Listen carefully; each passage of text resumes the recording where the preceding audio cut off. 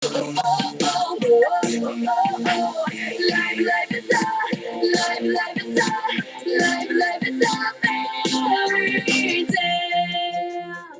everyone, you're watching the Esperanza 243. This is book reading parts 23. 3.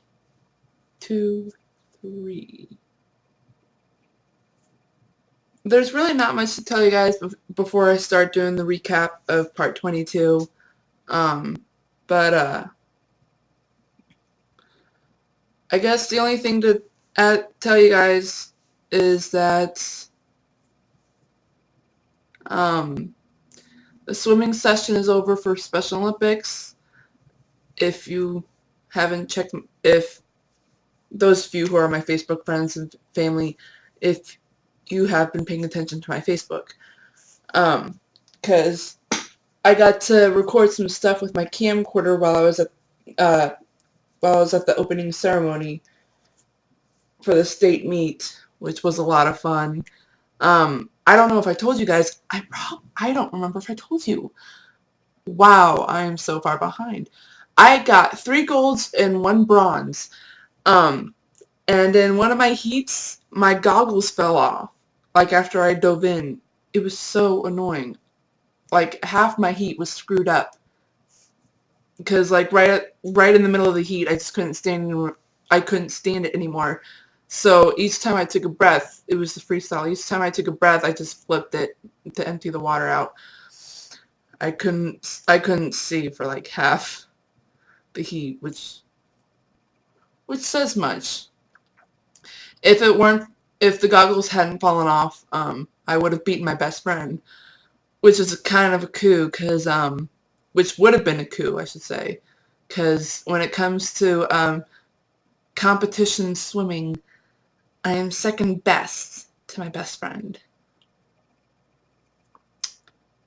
Which is sad to say, because she is in the opposite team. But she's still in the Columbia area, which is nice, because that means me and her representing the Columbia area for Special Olympics. Pretty neat. What else was I going to say?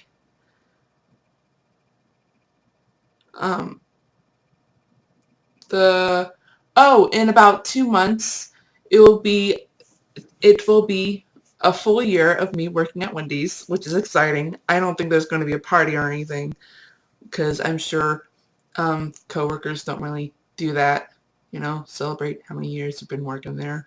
But it's pretty exciting. My boss wanted a picture of me with my medals, because he wanted to. I honestly didn't know what he was going to do, but he got a picture of me with wearing my medals, and there's a picture on our bulletin board that we have next to the employee door, and apparently there's another one.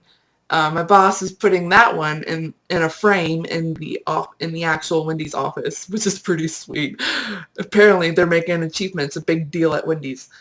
This is pretty exciting. I feel like blabbing, or not blabbing. I feel like yeah, I think that's the term. Blabbing, gloating. Anyways, that wasn't what I was going to say, though, was it? Great, I lost my train of thought. Right now, let's do a quick recap of part 22. In part 22, Caprice meets her aunt, Princess Fanchon, who has a French-Spanish accent. I decided to use my normal voice for that. And Princess Fanchon discovers what Caprice is like, not entirely realizing that that Caprice is related to her, or not blood related, marriage related. Because if I remember correctly, It's the prince. That's her mom's. Her mom's brother is the prince of is currently the prince of Menavia. Anyways, Caprice goes to Senor Baldwin to talk about what happened, and that's where we are. I almost forgot. Senor Baldwin's given her a surprise.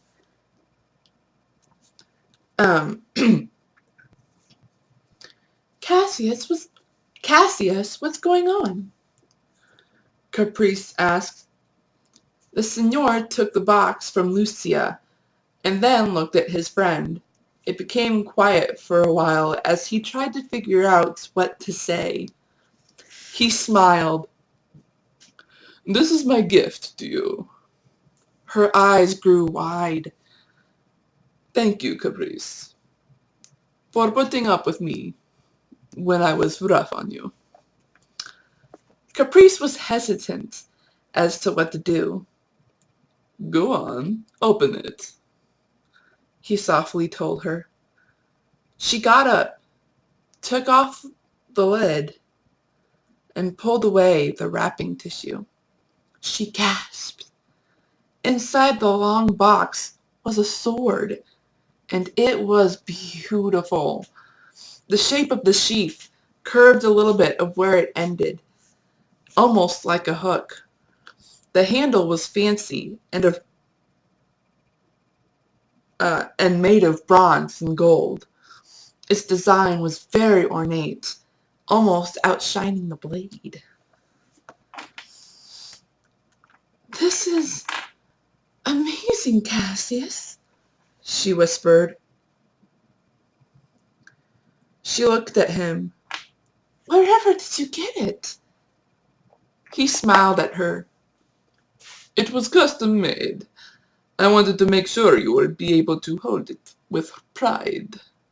And of course, balance. Go on, pick it up. She slowly put her hand in the box and wrapped her hand around the handle. She pulled it out of the sheath. Then she held the sword in front of her.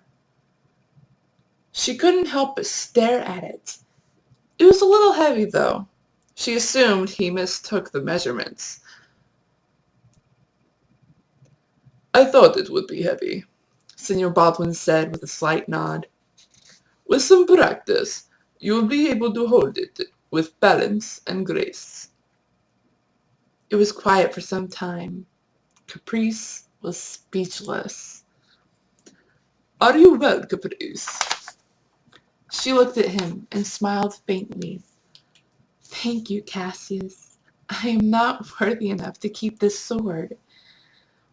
He stared at her with wide eyes. You have every right to keep this sword. I helped you learn more how to use a sword. You have the talent to use it. He paused. You need something to protect yourself. She looked at him with big eyes. Your dagger may be small in some cases.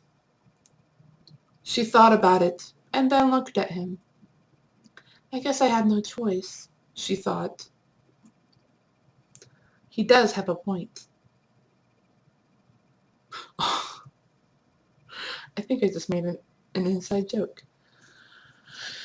Thank you, Cassius, she said. Then she played with her sword, making slow movements of certain parries and attacks.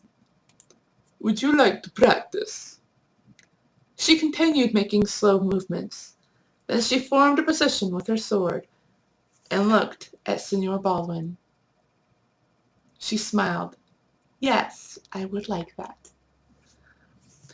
For the next 30 minutes, they worked on parries, attacks, and fencing styles. After that, Caprice placed her sword in its sheath and put it in the box. She headed home with comforting thoughts about Senor Baldwin. Within a few days, people were buzzing about the new dresses Princess Fanchon wore in public. People were demanding Caprice to make more dresses. With her taste of fashion, she had become quite popular. She hardly had free time to practice her sword. It took less than a week for her to realize that she couldn't make dresses or outfits in her hotel room. Too many demands. Plus, several people who asked for more knew her room number. She had to find a place to live. It was the afternoon, and Caprice was in a market. The market was close to being empty. She walked around and watched people buy groceries. I wish I could buy something, she thought. Everything here looks amazing. Then she saw a fruit booth. It had everything. She started to get hungry. I suppose an apple wouldn't hurt, she whispered. She went to buy an apple. As she walked away from the booth, a little boy ran past her, stepping on her toe. She cried in pain and dropped her apple. Another boy ran by and grabbed the apple before it landed on the dirt ground. She was surprised at how well that was planned. As she smiled, she decided to let the two boys get away with it. They looked hungry. That was when someone brushed behind her. She turned and saw someone walking away. Caprice became confused. Her eyes widened after she checked her pockets. Her change purse was gone. I cannot believe this, she thought. She looked around once more and found the thief entering an alley between two big buildings. She ran after her. The distance between her and the thief shortened. She was running at a regular pace. The thief's running was slowing down. The thief was getting tired. She looked behind herself and suddenly realized Caprice was running after her. She pushed herself to run faster. Caprice did the same. The two girls exited the alley and entered a grassy area. It wasn't a field, but it wasn't someone's backyard. The area was actually an open space for people to pick flowers. Someone was actually picking some flowers.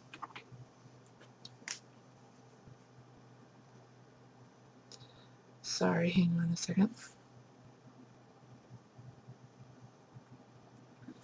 It was a young man about Caprice's age. When he got up, he saw her and the thief running. Caprice could see someone in the corner of her eye. She decided to cry out. Aliatro! She cried out. The young man gasped.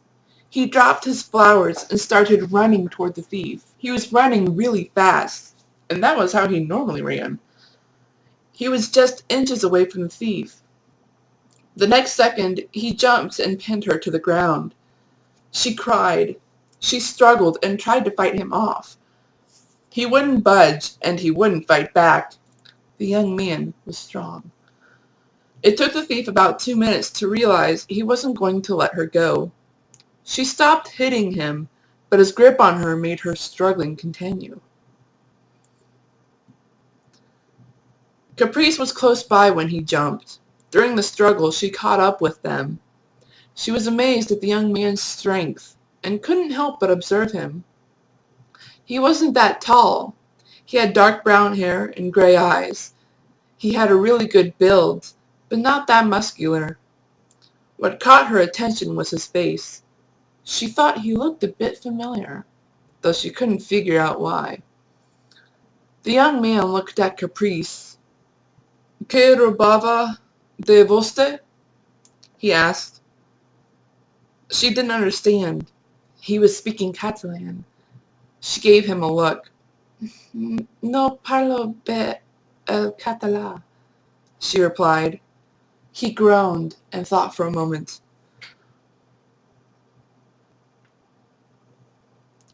"Parlez-vous français?" he asked. She nodded.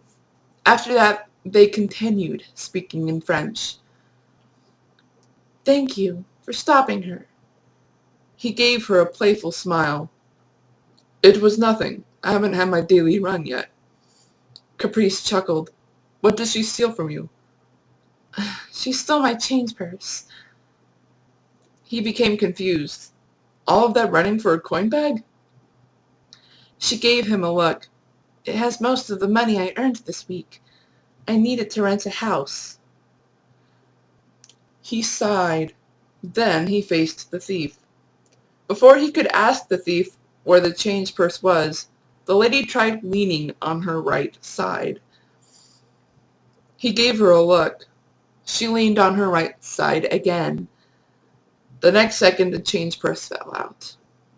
The young man rolled his eyes and sighed.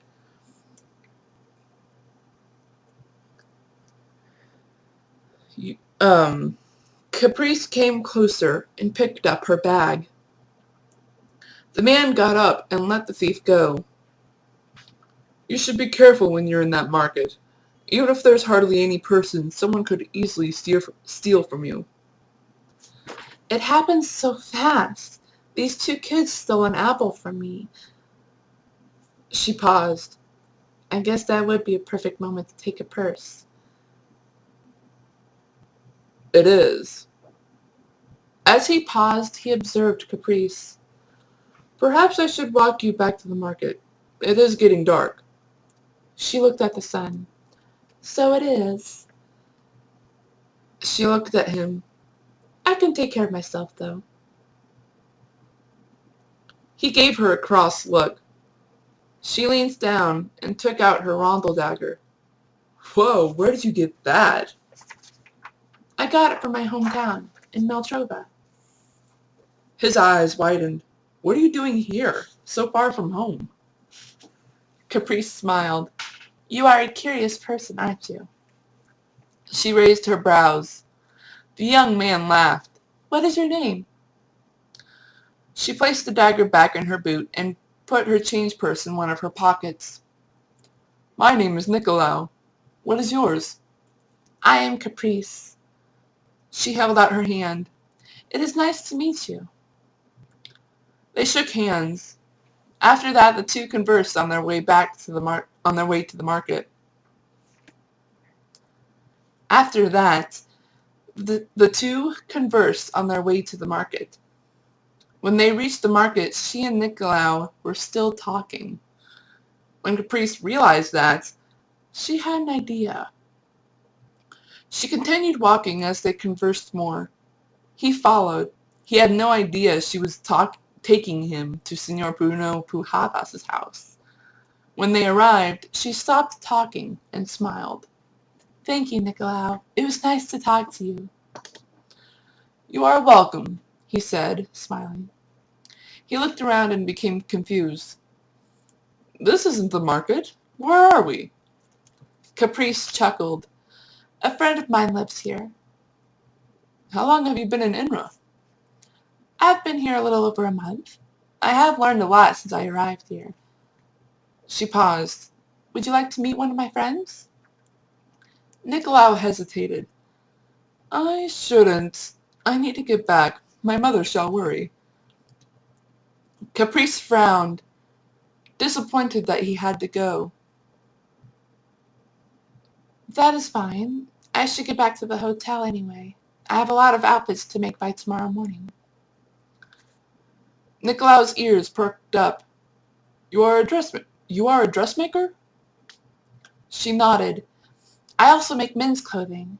My mother, she raised me well. The young man realized her mother died. It became quiet. Which hotel are you staying? Perhaps I could come for a visit someday. Before she could reply, the door to her friend's house suddenly opened. And that's where I stopped. Where was I earlier before I read the book? Oh, my books. My writing. I've actually decided to start reading the big pile of books I have over there that I have not read.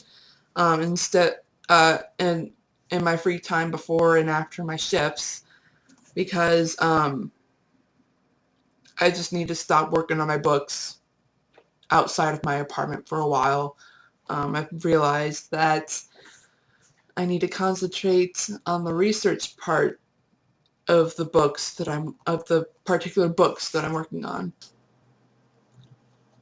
Yeah, so I'm working on 2 books. One is called To the Rescue. It is actually a survival book, magical survival book. Not surprisingly that it has magic. Not surprising that it has magic.